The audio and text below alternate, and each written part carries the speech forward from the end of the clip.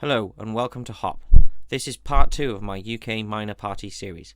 Like last time, by minor parties I mean parties that have no representation in the UK Parliament, Scottish Parliament, Welsh Parliament or the Northern Irish Assembly. I also won't be covering the various resident associations, but I will be covering regionalist parties. To start, MebicCornwall, the Party for Cornwall. I apologise to anyone who actually knows how that's supposed to sound. I'm not particularly good at pronouncing things in Cornish. So, founded in 1951, MebicCornwall is a regionalist party based in the English county of Cornwall and seeks greater autonomy for Cornwall and the advancement of Cornish culture, including trying to revive the Cornish language.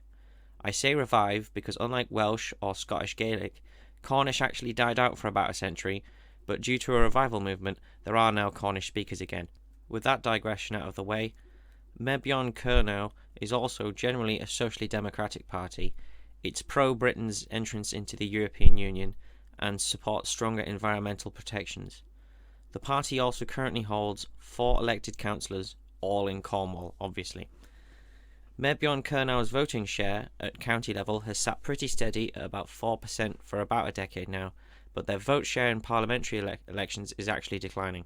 They peaked in 2015 with 5,675 votes, but in 2019 they only got 1,660 votes. Next, the Social Democratic Party, or the SDP. The SDP was refounded in 1990 by members of the former Labour Breakaway Party that opposed the 1988 merger with the Liberal Party to form the Liberal Democrats. The SDP is a socially democratic party, clues in the name. However, they have drifted rightwards over the years, and more recently, being Eurosceptic has become just as much part of the core identity as anything to do with social democracy. This came to a head in 2018 when a UKIP MEP actually defected to the party following the collapse and turmoil of UKIP post-Nigel Farage. Currently, the SDP has no elected members of local government, losing their last 2 councillors in 2019. While this isn't good, the party's vote share in parliamentary elections is actually rising, although they're still incredibly unlikely to actually win any seats in Parliament. In 2015 and 2017, the party got 125 and 469 votes respectively, but in 2019, the party's votes rose to 3,295. Also, due to the Brexit, the party no longer has an MEP, although he'd already been voted out before then in the 2019 European elections. Next up, Aeon II / Unity. Aeon II is an Irish Republican party that, unlike the other parties mentioned in this series so far, isn't based in the UK, but is in fact based in the Republic of Ireland, although the party is an all-Ireland party and runs elections and has representatives in Northern Ireland, qualifying it to be in this video. Founded in 2019 by then former Sinn Féin TD, side note, a TD is the Irish equivalent to an UK MP, Peter Tobin, sorry if I'm pronouncing that wrong. The primary difference of Aeon II to Sinn Féin is that Aeon II is strongly against abortion. This is the issue essentially that the party was founded over.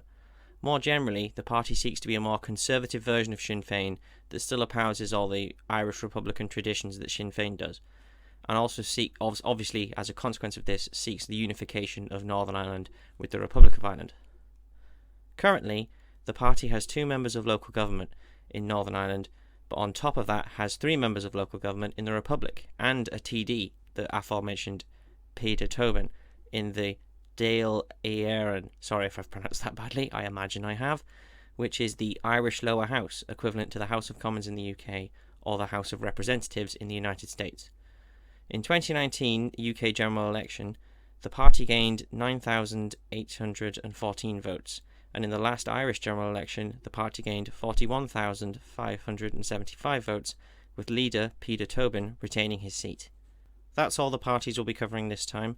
Remember to subscribe and stay tuned for part 3 of this series, which will be coming